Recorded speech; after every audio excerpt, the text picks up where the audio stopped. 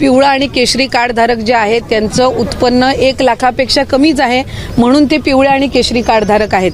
त्याच्यामुळे ती जी संख्या आहे ही साधारणपणे 1.5 कोटीपेक्षा सुमारे त्याच्यापेक्षा अधिक जात असते. त्याच्यामुळे तिथं स्क्रुटिनी किंवा क्रॉस व्हेरिफिकेशन करण्याचा काही विषय येत नाही, कारण त्यांचे उत्पन्न हे त्यांना जे कार्ड मिळालेलं आहे, जे पूर्वीपासून अन्न व नागरी पुरवठाच्या माध्यमातून किंवा इतर योजनांचा ते लाभ घेत आहेत, त्याच्यामध्ये ते क्लिअर आहे. जातोय की हे सर्व जनतेचे पैसे आहेत. एक सवाल उपस्थित विरोधकांकडून केला जातोय की हे सर्व जनतेचे पैसे आहेत. वेगवेगळ्या योजनांमध्ये पैसे जर माघारी घेतले जातात तर लाडक्या बहीण योजनेमधले पैसे तुम्ही वापस का घेत नाहीये? पण असं कोणी म्हटलं की वापस घेत नाहीये? मी आत्ताही याआधी माहिती दिली की सरकारी चलनच्या माध्यमातून आपण राज्य शासनाची जी तिजोरी असते ट्रेजर, त्याच्यासाठी आम्ही अर्थ नियोजन विभागासोबतही त्या संदर्भातलं आमचं संपर्क चालू आहे. ते एक स्वतंत्र हेड म्हणजे रिफंड हेड जो असतो तो त्याच्यासाठी ते आम्हाला त्या ठिकाणी तयार करून देतील आणि त्या माध्यमातून हे राज्याच्या तिजोरीमध्ये येणार आणि ते वेगवेगळ्या योजना असेल किंवा इन्फ्रास्ट्रक्चर असेल किंवा त्याच्यासाठी जसं रुटीन शासनाचं रिफंडचं फंड वापरला जातो इतर योजनांसाठी किंवा शासकीय जी काही आपली लोकउपयोगी लोककल्याणकारीच्या योजना असतात तर त्यामध्ये तो वापरला जाईल. जर नियमबाह्य फॉर्म भरून सुद्धा जर एखाद्या बहिणीने लाभ घेतला असेल आणि तिने जर अर्ज नाही केला तर तुम्ही काही पावलं उचलणार आहात? नाही, मी त्याच संदर्भातली आपल्याला माहिती दिली की क्रॉस व्हेरिफिकेशन मध्ये अशी ना तशीही आम्हाला त्या संदर्भातली जी माहिती आहे ती मिळणार आहे. या 4-4.5 हजार जे आहेत त्या स्वतःहून आलेल्या आहेत पुढे. तशाच पद्धतीनं आम्ही विभाग म्हणून जे क्रॉस व्हेरिफिकेशन करतोय त्याच्यामध्ये तो डेटा तसाही येणारच आहे.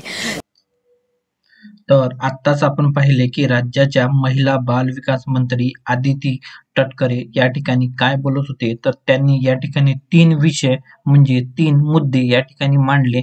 तर पहिला मुद्दा हा होता की ज्यांच्याकडे केशरी आणि पिवळे राशन कार्ड आहे म्हणजेच त्यांचे उत्पन्न हे 1 लाखापेक्षा खाली आहे अशा लोकांची या ठिकाणी पडताळणी न करण्याचे कारण त्यांचे उत्पन्न कमी असल्यामुळे हे आधीच त्या कार्डच्या माध्यमातून राशन कार्डच्या माध्यमातून सिद्ध झालेले आहे.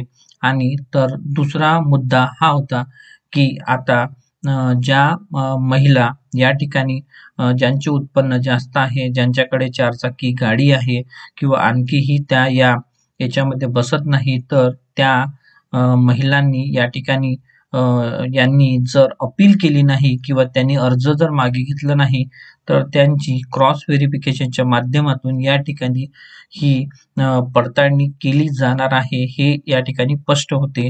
आणि तिसरा मुद्दा असा होता की जर की ज्या महिला लाडकी बहीण योजनेमध्ये ह्या पात्र नाही, अपात्र झालेल्या आहे अशा लाडक्या बहिणींपासून त्यांना दिलेले आतापर्यंतची जी हप्त्याची रक्कम आहे ते हप्त्याची रक्कम या ठिकाणी वापस घेणार असे स्पष्ट या ठिकाणी महिला बाल विकास मंत्री आदिती तटकरे यांनी बोलताना या ठिकाणी सांगितले आहे. तर अशा स्वरूपाची या ठिकाणी नवीन अपडेट या ठिकाणी आपल्याला येथे पाहायला मिळत आहे. जर आपण माझ्या चॅनलवर नवीन असाल तर व्हिडिओला लाईक करा, चॅनलला सबस्क्राईब करा, कारण आम्ही या चॅनलवर असेच नवनवीन अपडेट देत असतो. जर तुम्हाला सर्वात आधी अपडेट मिळण्यासाठी चॅनलला सबस्क्राईब करणे फार गरजेचे आहे. जर माझा व्हिडिओ आवडला असेल तर व्हिडिओला लाईक करा आणि चॅनलला सबस्क्राईब करा. धन्यवाद.